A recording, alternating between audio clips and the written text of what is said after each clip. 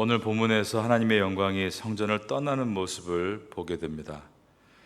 성전은 하나님이 임재하시는 하나님의 처소였지만 거룩함이 사라지고 우상 숭배가 만연한 상태에 이르자 하나님은 계속 그곳에 머무실 수는 없었습니다. 그러므로 하나님께서 떠나시는 내용이 오늘 본문에 들어 있습니다.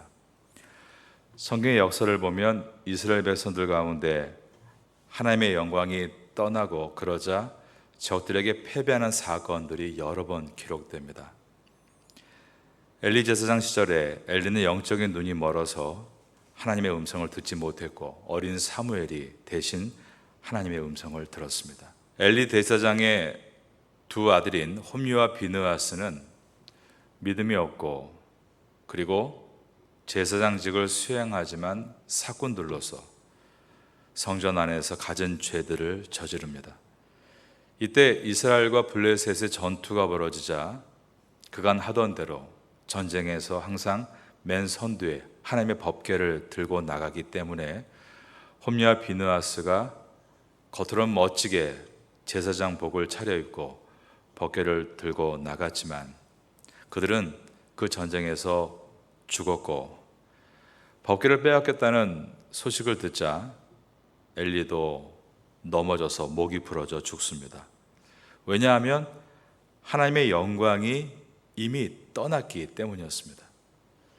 법궤는 하나님의 영광이 있을 때는 일반인이 손만 대도 죽었는데 적들의 더러운 손에 법궤를 빼앗겨도 아무렇지 않았다는 것은 하나님의 영광이 법궤를 떠났다라는 뜻인 것입니다. 역사 가운데 두 번째로 이러한 일들이 일어났던 때가 바로 주전 586년으로 이제 에스겔이 예언하고 있는 때로부터 약 5년 후에 있을 사건입니다.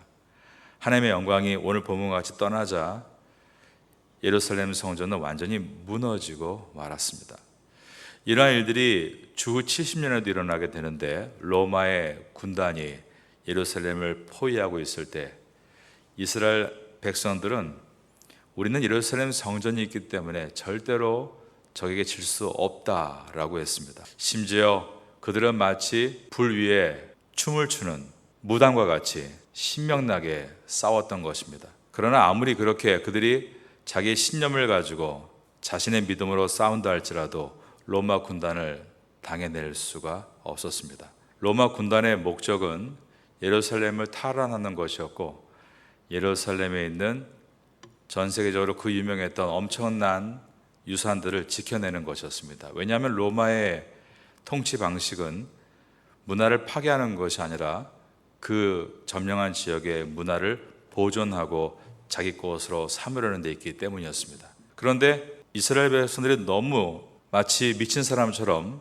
싸우려 하자 전쟁은 점점 심각하게 변했고 실수로 불을 던지게 되는데 그 불이 제사장들이 화로를 만들기 위해 모아놓았던 창고에 붙게 되므로 삽시간에 예루살렘 성전은 다 불타 없어져 버리고 맙니다. 만약에 하나님의 임재가 있었다면 그런 일이 없었겠지만 이처럼 하나님의 임재가 떠나면 언제든지 하나님의 눈이 있다고 하는 예루살렘 성전도 다 불타 사라지고 무너지는 것이다. 이것이 역사가 보여주는 모습입니다. 오늘 본문은 이제 예루살렘 성전의 파괴와 예루살렘 성의 몰락 직전에 하나님께서 먼저 자신을 그 예루살렘 성전에서 떠나시는 모습을 보여주심으로 하나님의 영광이 떠나면 그 건물은 아무것도 아니라는 것을 우리에게 보여주는 말씀입니다. 하나님께서 당신의 백성을 멸하시고 성전을 떠나시는 이유는 하나님의 성전에 우상이 가득 찼고 우상을 섬기는 사람들로 가득했기 때문입니다. 에스겔은 하나님의 영광이 성전을 떠나는 이 과정을 상세하게 묘사합니다.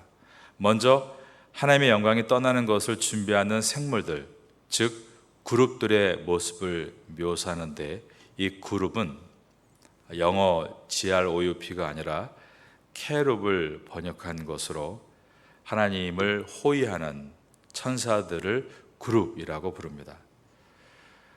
이 장면을 에스겔서 1장에서 이미 소개한 바가 있는데 그가 1년 2개월 전에 그발 강가에서 보았던 그 그룹들과 오늘 본문의 그룹들의 모습이 일치합니다.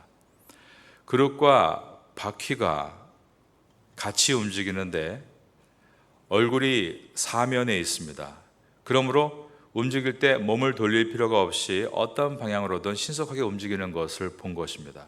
이것은 그 땅 어디로든 가실 수 있는 하나님의 권능을 이 그룹들이 보여주고 있습니다.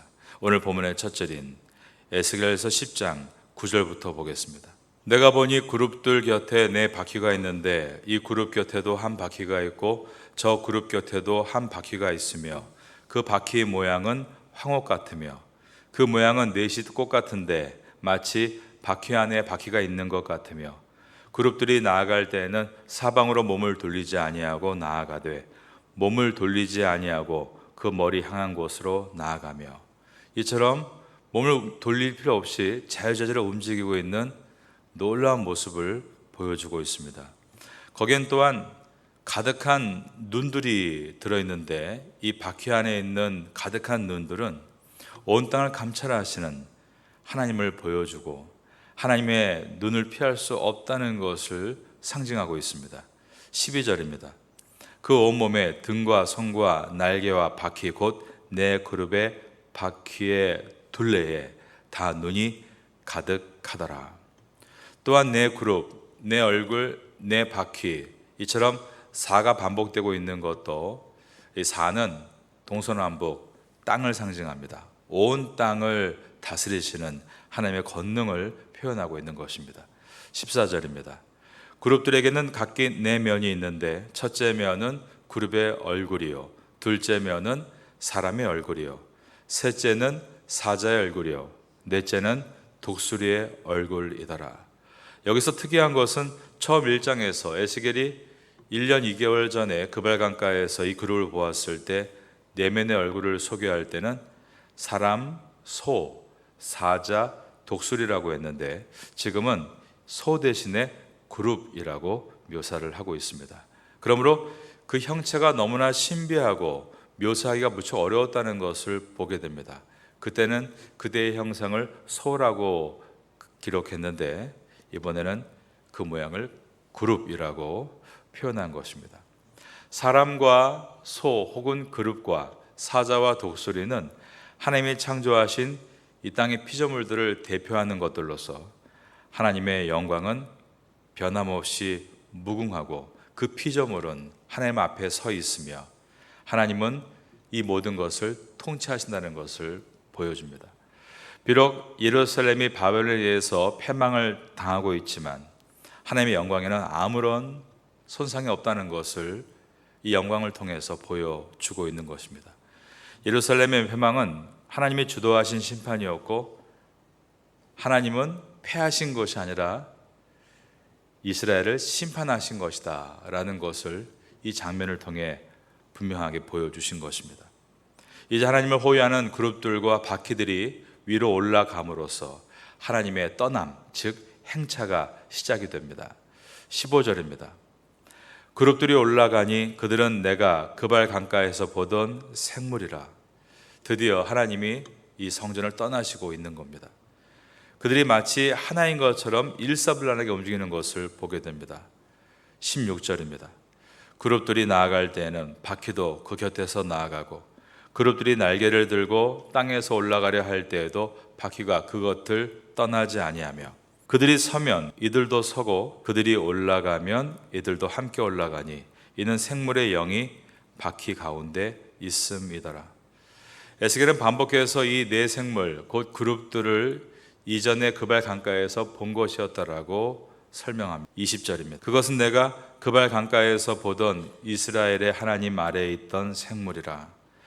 그들이 그룹인 줄을 내가 아니라. 특별히 여기서 하나님을 이스라엘의 하나님이라고 표현하는 이유는 분명히 하나님은 이스라엘을 돌보고 계셨고 그 돌봄은 완벽하여서 하나님의 그룹들과 함께 이스라엘 땅을 온전하게 돌보고 있었다는 것을 표현하기 위해서입니다. 그런데 그 하나님이 이제 떠나려 하시자 그 모든 그룹들도 함께 움직여 나아가고 있습니다. 이를 통해서 에스겔은 하나님은 지난 1년 2개월 전에 내가 그발 강가에 있을 때 이 놀라운 장면으로 나타나셨는데, 또 하나님은 지금 내가 보진 못하지만 저 멀리 1000km가 넘게 떨어져 있는 예루살렘 성에서 지금 움직이고 있다는 것을 통해 하나님은 어디든지 계시는 무소부지한 하나님이시고 우리를 통치할 수 있는 분이지만, 그 하나님께서 떠나신다면 거기엔 하나님의 은혜와 보호가 없다는 것을 강조하고 있습니다.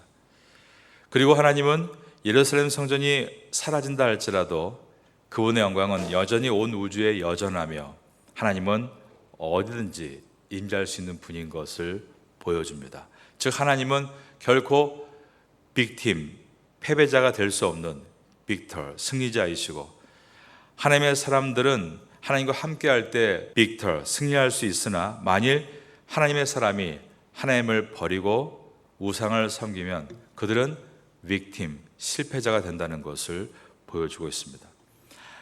하나님의 영광이 떠날 수밖에 없는 이유는 하나님의 사람들이 하나님을 버리고 우상을 숭배하기 때문이었습니다.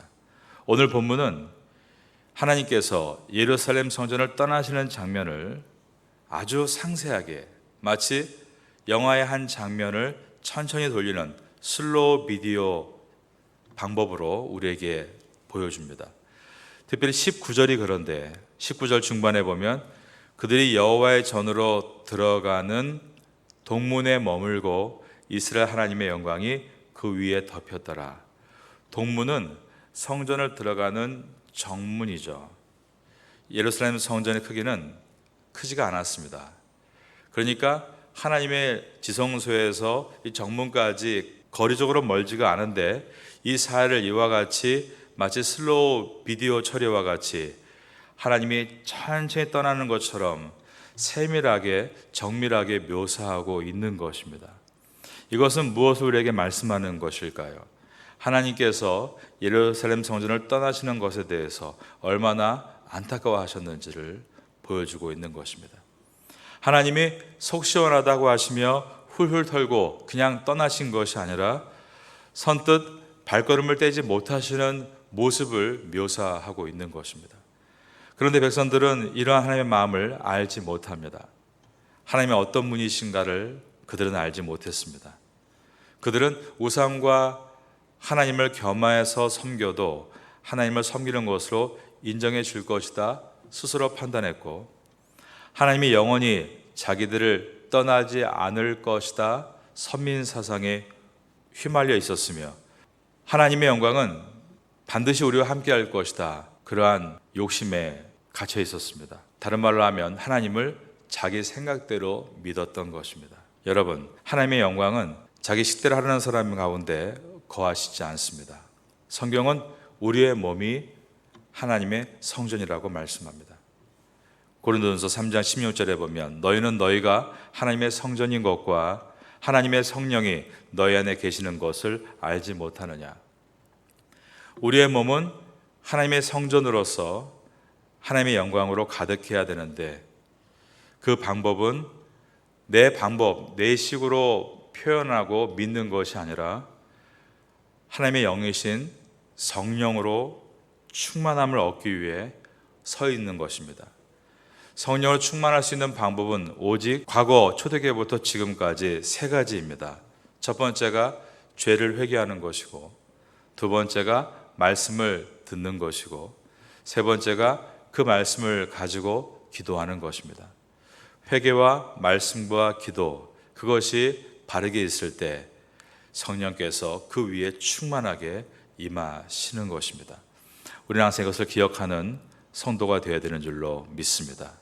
오늘 이 본문의 이야기는 예루살렘 성전이라는 어떤 구조물에 하나님이 떠나시는 이야기가 아니라 우리 몸인 하나님의 성전에서 하나님이 떠나실 수 있다라는 것을 보여줍니다.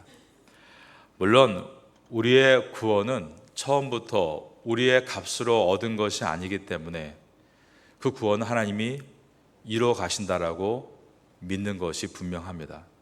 그러나 그가 하나님이 나를 구원하셨다라고 말해놓고는 자기 마음대로 살고 예배에 나오지도 않고 평생 그렇게 살다가 죽었다면 그의 구원에 대해서 우리가 뭐라고 말할 수 있을까요? 그것은 하나님의 약속이 잘못된 것이 아니라 어쩌면 그의 믿음이 잘못된 믿음이기 때문에 구원을 받지 못할 수 있다라고 말할 수 있습니다. 교회는 분명하게 말해야 하고 분명한 기준을 가지고 가야 되는 곳입니다. 하나님 말씀에 뭐라고 말씀하는가를 깊이 듣는 가운데 하나님의 성전에서 하나님이 떠나신다는 것을 우리가 레마로 듣고 우리를 깨울 수 있다면 에스겔서는 우리에게 은혜의 말씀으로 다가오게 될 줄로 믿습니다. 이 은혜를 붙들고 승리하시는 성도가 되시기를 예수님의 이름으로 축원합니다.